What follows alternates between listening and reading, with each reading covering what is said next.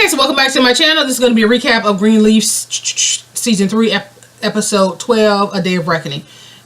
May is still walking out after being confronted by Gigi about, regarding Lionel being her dad, and so she asked her again, like, is Lionel my father? And May tells her again and says, you know, I honestly I don't know.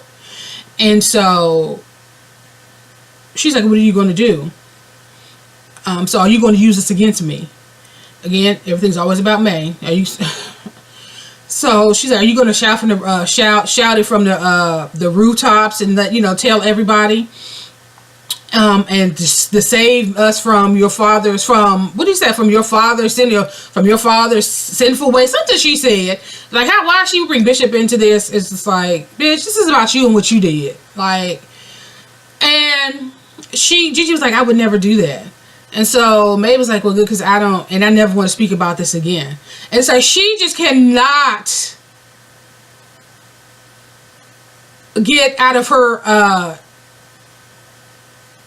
it's like everything is always about her. It's like you have your daughter standing there whose life has really just been turned upside down. And you can see the hurt and the pain in Gigi's face. And she just couldn't, she just couldn't. She could not stop to think about anyone but herself, as usual. And so, so she walks away. She continues that she goes and leave the church. Rochelle and Tasha, I'm skipping something. Jacob and Kerissa. So Jacob and Tasha, so Jacob is still trying to get in contact with Tasha. And Kerissa was like, I thought you said Basie took her phone. And so she's not going to answer. You're not going to be able to get in contact with her. And he was like, well, because he could have done anything to her. She was like, who are you more concerned about, us or her? He's like, why do you ask me that? Because you haven't hugged me. Basically, you haven't shown me any affection, and you're acting like you did. You're just as upset as when Zora got stung by being her throat closed up. Like, you just won't admit that you care for this woman. He was like, well, we need her. Like, Tasha basically is the only person that can come forward to say what is going on, to save all of us. And he said, but you care for her. And like, Carissa's just at her wits end with Jacob. She's about sick of his ass. So Jacob ends up getting his stuff together. She's like, well, where are you going? He's like, I'm going over to Tasha. We need her to come forward, because there's no other way out of this. So he leaves, and we switch to Rochelle and Tasha over at Skank Manor. So they're in the kitchen, and Rochelle is talking like, well, I think I got that old man thinking he really did tap this. No, you don't. Okay. Tasha was like, I don't really want to hear about this. She's like, well, tough, because there's more I need to tell you. Like, she's bragging. She's about that stage. She's bragging about how they didn't stage this little coup, right?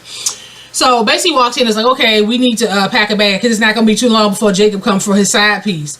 She was like, nothing happened, and I'm not going to say anything, and I don't want to leave. And he was like, you know what, Tasha, I don't trust you anymore. And she talks to he turns to Rochelle. She's like, well, do you have the money? And so she pulls the briefcase out. It's full of money, and he's pulling money out. She's like, wait a minute, I thought this was to pay the bookies, the people that's trying to kill you. He's like, no, we're gonna need this money to live off of when we go to head to Mexico. And so Tasha's like, I'm not going. I don't want to go to Mexico. So he was like, telling Rochelle, just pack a bag for her and meet me at our spot. And he was like, well, just think about all the stuff we can do. We can buy cars. We could live well. And Tasha was like, well, is that the money that you got from the Greenleafs to invest? And So she's talking. And basically he was like, you need to pack a bag, or Rochelle can do it for you. And so she walks away to go pack her bag so they can get on. Okay, Maxine and May, they're sitting around getting pampering themselves, and Maxine asked, did you tell Gigi? And she was like, Babe was like, I didn't have to, because he told Aaron, and Aaron told her. She said, so don't you feel better that now everything is out in the open? And so she was like, well, I don't know, what if she tells James? And she said, what is he gonna do? Stand out in front of the house with his clown face, saying, you just as bad as me. I'm like, I don't think he's gonna be that calm about it. Gigi has always been his favorite, his golden child, his, his everything, you know, that just his future that he always saw as, you know, the person that's going to be there to take over after he steps down. And he won't be just standing out in front of that house. I think it's going to be like a hostage situation, maybe little assault, little abuse, some, as they say, some furniture moving around that house. It's not, you know, it's not going to be that. But they had a little chuckle over that. But I'm like, girl, you, all right now. So, did I miss something? Okay, so Gigi ends up calling Aaron, and she basically said, you know, I think that we should meet up we should do a blood test just to make sure and just get, you know, everything, get all the stuff cleared up. So he was all for it. And so at this time, him and Kevin was just walking into the apartment when he got the phone call. And so he's like, you know what, just tell me the time and place and I'll be there. And so they get off the phone, and Kevin's like, what was that about? And so he's kind of stuck, like, okay. Because she did ask him not to tell Kevin. So, I'm thinking, okay, any minute now, Jacob's ass is about to get shot for trespassing. So he goes over to Skank Manor, and the door was open. So, you know, they ain't already skipped, they ain't already ran out. So,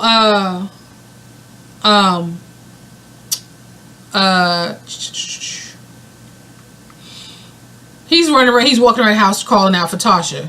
And of course she's not there. So we flash to Gigi, and the Gigi is in Bishop's office with the attorney, and he's basically like, you know, the feds are trying to get you for bank and wire fraud. But you have an advantage that Jacob doesn't. He's like, oh, okay, I don't know how I feel about that, but what is it? He said cognitive dysfunction. And the Bishop is sitting there like, you want me to tell people that I'm see now that I'm losing it? He said, yeah, well, Bishop's like, no, because he just as bad as his wife. They're just too vain to ever admit that they have faults. But, I mean, he's not senile, but, he was just like, no, how in the world am I supposed to run the church and people supposed to have faith in me if they think that I'm losing it? And Gigi was like, Daddy, our goal is to keep you out of prison. He was like, He's like, I'm not going to do that. And if you excuse me, I have a baptism to go and take care of, and you notice I don't have my Bible with me. He said, because I have everything up here, like pointing to his head, like, no, I have all my faculties, but thanks, but no thanks. And so he says, you know, I had a vision about how things would end for me, and it definitely wasn't going to be in the prison. And so Gigi was like, well, what did you see? And he said, do you believe in visions? He was like, well, I don't know. He said, well, then I can't tell you because you wouldn't believe me if I did. And so, yeah, and so he just walks out. So he's like, no, I'm not about to stand up here and have these people thinking that I'm losing it. And, you know, we're already on the verge of losing everything, losing the church and everything else and the house, because he took all the money out the personal account too. No. I'm not going to do that. And so he walks out, and so basically the attorney and Gigi looks at each other and looks like they're on so basically everybody knows that everything rests on Tasha. We got to find Tasha, and we got to get her to talk to the FBI to confess everything that she knows. So now the hunt, you know, continues for Tasha Skanks. Okay, so Gigi and Aaron meet, and they do the blood test, and now all they can do is wait for the results to come back. And so they talk for a little bit, and he ends up telling her that he told Kevin about what was going on. He was like, well, I didn't have a choice. He wanted to know why we were talking so much. And so she's like, Michael, I don't want my father to find out, you know, anyone to tell my father anything before we find out what's going on. He was like, well, you know, he's not going to say anything. So Gigi gets a call. It's from Jacob. And he's telling her that she asked him if he was able to get in contact with Tasha, and he tells her that no, he went by the house, and by the way they say the house, it doesn't, they're gone. It doesn't look like anybody's planning on coming back. And so now she's sitting like, okay, so damn, what are we going to do? Because everything at this point rests on Tasha. So Isaiah and Zora, so in here, so he's in the bathroom beautifying. I don't know what the hell that boy was doing. He just makes me so sick when he comes on the screen. So she had put something together for him, some of the videos, something he could play at his concert, something had to do with his concert. And so she walks over and he's texting somebody, and she was like, well, who was that? And I think she mentioned that girl's name from the previous episode. He was like, no, it's nothing. I'm just, he basically just, he just didn't answer the question, really. Like, no, I'm just texting just about something else. So she was like, well, I shouldn't care about your tour more than you do. And so he eventually sits down to see what she had put together. He barely watched it. He was like, yeah, that's cool. Just upload it to the website. And can you pack my bag for me? She was like, so now I'm packing your bags? And she was like, what? She said, I want a title. He was like, you're my woman. Is that good enough? She was like, no, I want a job. He was like, doing what? She was like, I don't know, videographer or something. Like, if you're gonna have an issue with me going to college, then you're gonna have to find me a paid a job. Talk to your record label. And he was like, well, I'll see what I can do. So just go, but until they just pack my bag. And I'm just like, oh, girl, Zora, oh God, girl. So flash to Rochelle and Tasha, they're packing up the car to leave to go meet up with Basie. And Rochelle gets a call from Coralie, and Coralie says to her, my children just called me and told me where they're the foster home they're in. And so Rochelle was like, well, you can't go. You can't take them out of the foster home. And she's like, well, I don't have a choice because they're not being treated right, and I need money, and I can't call Gigi because she wouldn't understand, and da. And so surprisingly, Rochelle was like, okay, well, I'll be there, as soon as I can. So I'm like, okay, you actually, so does Rochelle really, get where Coralie's coming from as far as the care? So, she grew up in the system, and so now Coralie's children are in the system. So I'm like, really? Oh, okay, Rochelle, all right, okay. So Bishop, he's walking through the, walking through the church, I guess, trying to make it to his office or wherever he's going. And, along the way, he's meeting people, and, they, change, niceties, God's good, and da-da-da-da-da-da. And then he walks into, I guess that was the cafeteria, and Karine and, what's the name, Philip Dumas, the guy, she said can stand there for him until, I guess, they get all this stuff situated. And, he gets up, they shake hands. And he was asking, Bishop was asking about his church. He said, yeah, we're in so many states now, and we're actually going international soon. And then Bishop was like, oh, well, good, that's good for you. And so they, were about to part ways, and he was like, well, it was nice talking to you, James, or something. And so he whipped his head around and said, well, it was nice to meet you too, and it's still Bishop. And basically it's going to be that way until I decide it's not going to be that way anymore. Basically, put some respect on my name kind of situation. And so he walks off. And Philip Dumas is standing there. He said, there's a guy who knows that his days are numbered. And I'm like, you must not know the damn Greenleaf. Okay, whatever. So we have Gigi and Jacob. They're sitting out in front of Coralie's house, I guess. How they would do to go there, I don't know. But were they at Coralie's house, or did they go back to Skanks to their house? Anyway, they're sitting down in front of the car waiting for him to pull up. I'm assuming they're at the Skanks house. And so Jacob tells Kerissa that because Carissa's been blowing his phone up, and she was like, well, what is going on between you guys? He was like, well, she thinks there's something's going on between me and Tasha. And so Gigi looks at him like, well, is it? He's like, well, it was just one kiss. So she sits him, was like, damn, Jacob, when are you going to grow up? And he was like, she said, well, do you have feelings for her? He said, no. Do you still love Kerissa? And he was like, he was like, I don't know, and yeah, I guess, or something. It wasn't the kind of response you would expect. He said, after all these years, and he's like, I think about, if we ever did leave, he thinks about how she looks when she sleeps, and, basically her cheekbones, and seeing her in the morning, and, it's all this kind of stuff.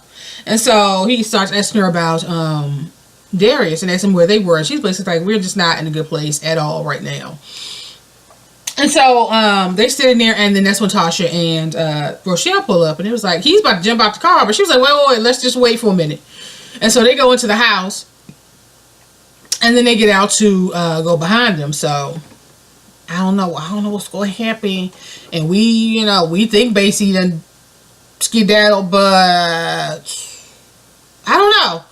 I just don't want them to end up in a situation where they end up on the wrong side of a gun or a knife for trespassing, because they really don't have a right to be there. So that's going to be a little interesting little situation. Okay, so they were at Coralie's house. Okay, so Coralie and Tasha, they're sitting down briefly to talk to not Coralie. Tasha and Rochelle are sitting down to talk to Coralie in Winter House.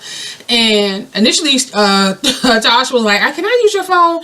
And Rochelle was like, you know what, we're here to help Coralie. Why don't we deal with your stuff later?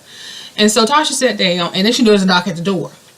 And Rochelle was like, don't you answer that door. So she opens the door, and who busts in? It's Jacob and Gigi. So okay, so Coralie, okay, like I'm still on the fence about your situation with your husband, but okay, you came through for Gigi and them.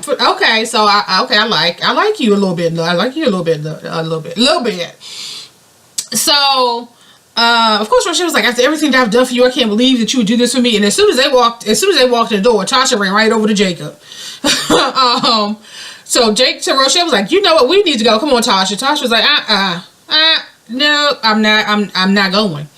And she was like, after everything that Basie's done for you, he pulled you up and da-da-da-da-da. She was like, I put myself up with the help of the Lord and da-da-da-da-da, going on and on. And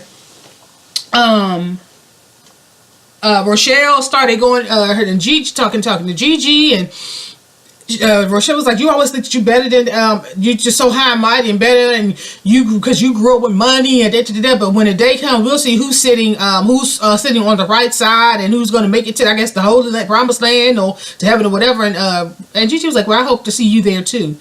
She was like, what did she say? You said something, you whore. She was like, what did you call me? And so Rochelle was like, I know what you did in Phoenix. And Gigi kind of stopped. I'm like, what Gigi doing in Phoenix? What happened?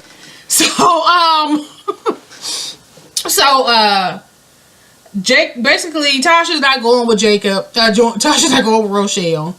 And Rochelle ends up leaving. So Tasha and Jacob go outside so that Gigi could talk to Coralie. And so she thanked her, and Coralie was like, you'll talk to the FBI, let them know I will help you. And of course, Gigi was like, yeah, I'm going to do everything I can to make this work for you. Let them know how, basically, I'm in it for the long haul. I'm going to be here to help you in any way that I can. And so they embraced, and that was that. So we flashed to Zora. Okay, so Zora she used Isaiah's little tactic. When he came to the house and had that camera phone on Jacob going off on him. Okay, so he walks in. No, they're actually about to leave. And Zora was like, basically that she's leaving. He was like, what do you mean? We're both leaving. She's like, no, I'm going back to Memphis.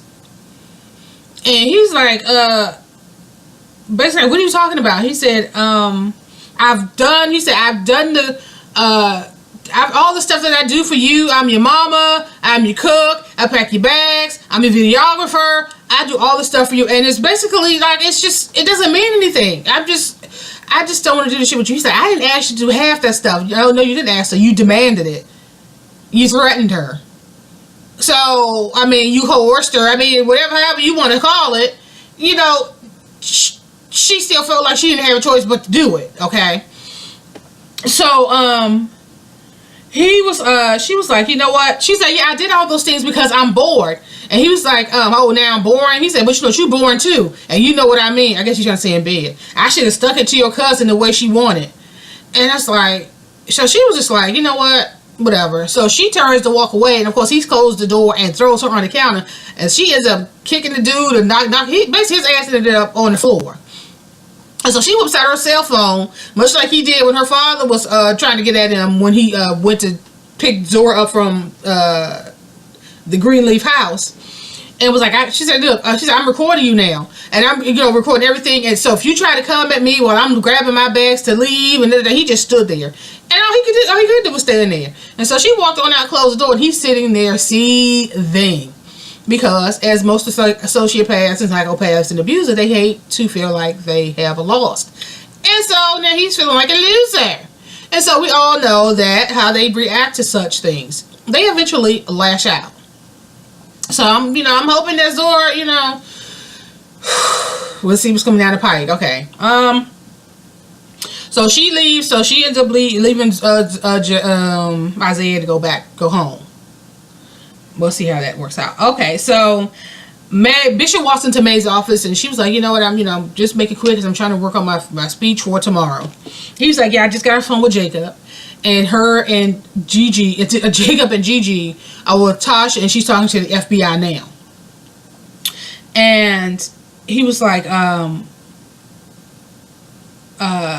they said something. He said, well, I think there's another storm brewer. Said, what are you talking about? Well, I just, Connie had, what's the name? Pastor Philip Dumal, because talking to him about us becoming a part of Harmony and something, whatever his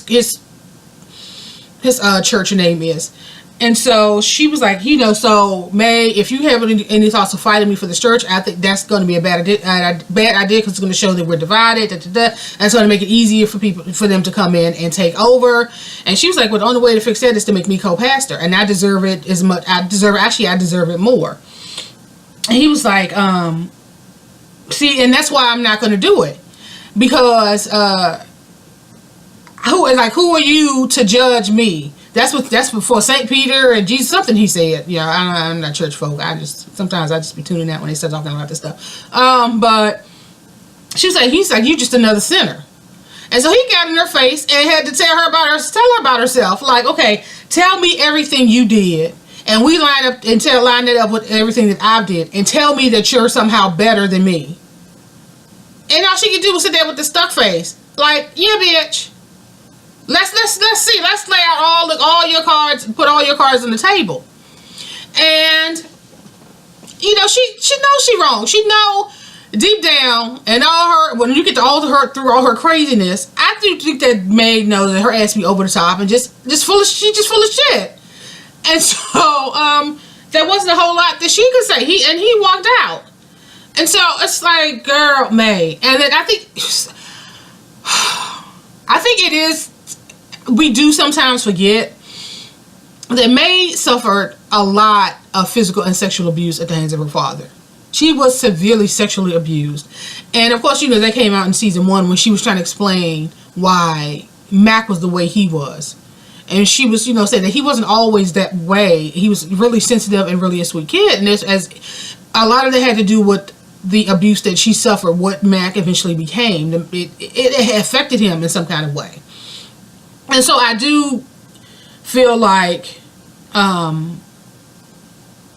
we do forget that sometimes. But at the same time,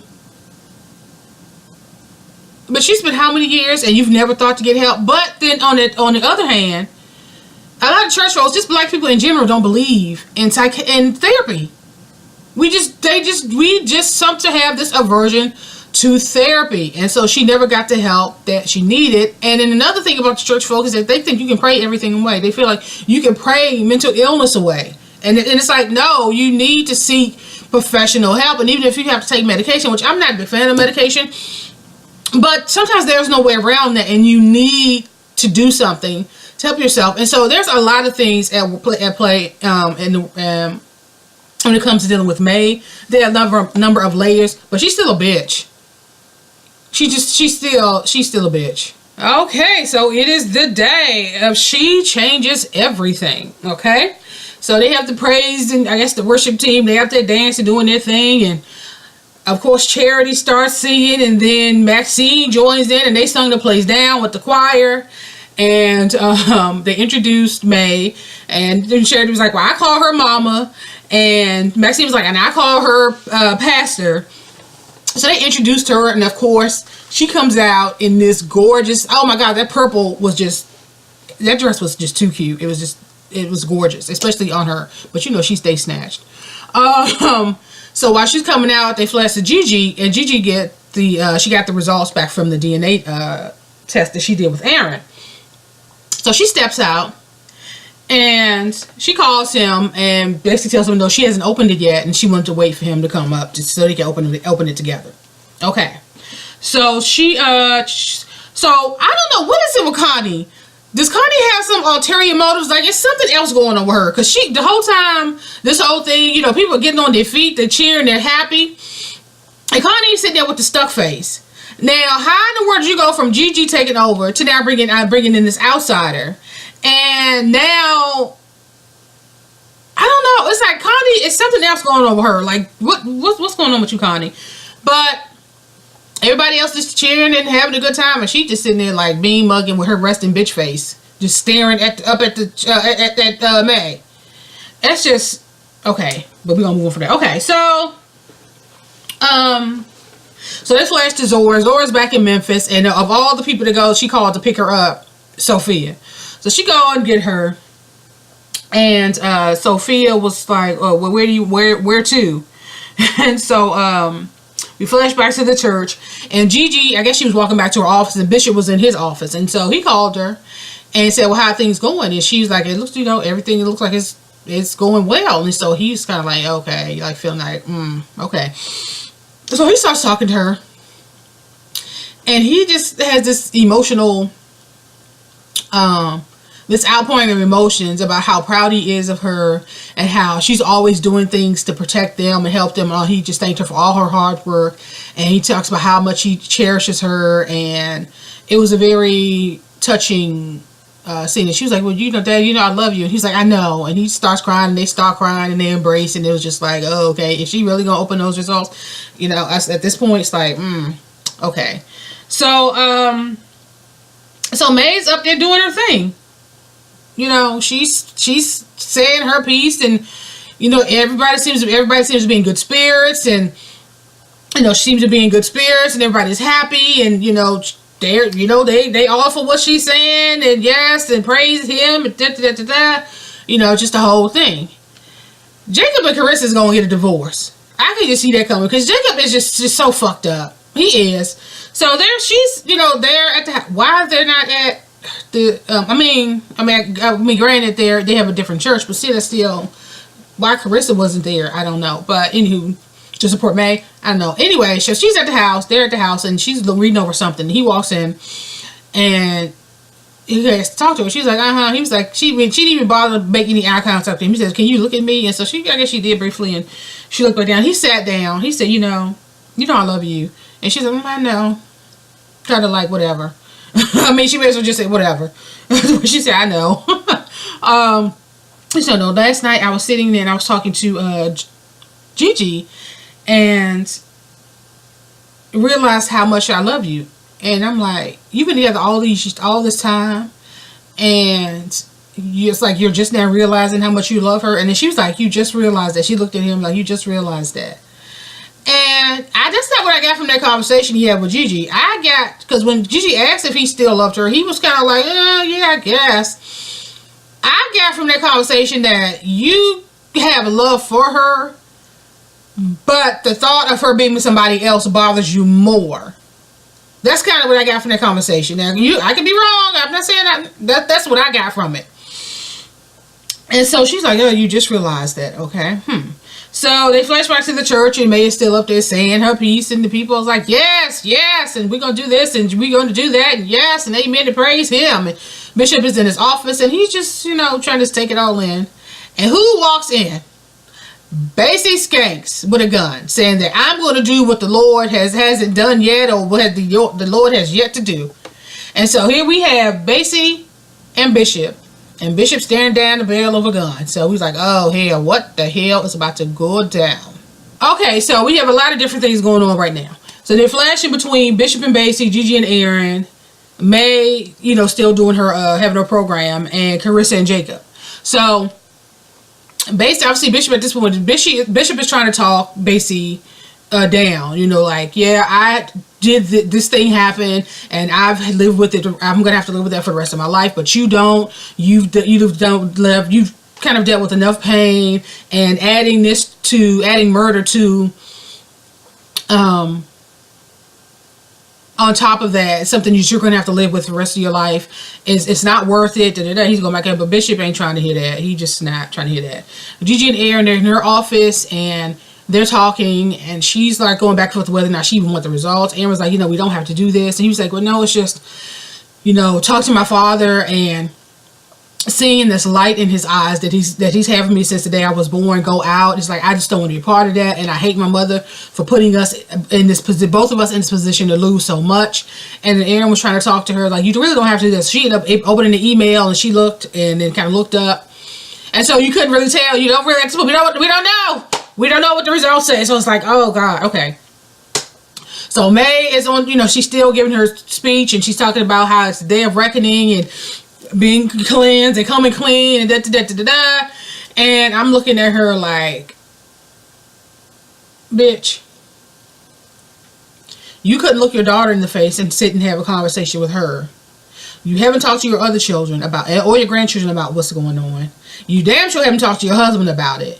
So I'm hoping that May isn't so fucked up that she's about to stand in front of this congregation and talk to them about something so personal before she's even had a chance to talk to her family and to give them time to digest what's going on, what could possibly be an issue. So I'm hoping, because she keep talking like day of reckoning and the truth and being cleansed and coming out and talk, laying your sins bare and this whole thing. I'm like, okay. So, and then you have Kerissa and Jacob. Basically, Kerissa was basically like, this is over. All these years I've been trying to figure out what is wrong with me. Why doesn't he love me? Why doesn't he want me? If he didn't want me, why did he even choose me? And that. And Jacob was like, I do love you. And, I realized that. Now he's still on this realization stuff. And it's like, it's been over 20 years. Like, and you, what? Like, what is that saying? And so they're going back and forth. And basically, she was like, this shit is over. He's like, well, just, I love you, and, I want this work. And she was like, it's too late. Like, I've just been doing this with you for too long. I'm tired, and I'm tired of all the pain, and da. And then who walks in? Dragging her tired self? Zora. So Zora walks in, and Jake rolls over to hug her, and he's staring at Kerissa, and Carissa's over there crying, because she's like, okay, Lord, my prayers have been answered, my baby's home. And so now it's like, now that's up in the air, like, what's going to happen with that? Is she really going to leave Jacob? No, Zora's finally back, and to come back and then have your parents divorced, when already you just fucked up and got a whole bunch of problems. So I doubt they're going to divorce, because now at this point they're going to be focused on trying to create a more stable environment for her, to get her back in school, to get her back on the right track. So I think that's going to be pushed to the side for now. And so flash to Basie. Basie is still in the office, got the gun on Bishop, and he was just basically telling him like, you don't have to do this. And he was like, just give me the gun. And Basie basically said, you know what, we're about to see what you're made of. So if you believe in what you say, then say hi to God for me. And if you don't, then I guess you'll just burn in hell. And that's basically how it ended. So I wasn't thinking that we was going to hear like a pop, like we going to hear the gun go off while this whole thing is going on, and the church is going to be like, oh my God, another gun go off in the church. It's like a whole bunch of mess. But that's basically how it ended. So we don't know what's going to happen between Kerissa and Jacob. We don't know what the results say for Gigi, and we don't know how things are going to end with Bishop. And we don't know if May is going to blurt out her secret. I hope she doesn't. Lord, please. I'm hoping she doesn't do that.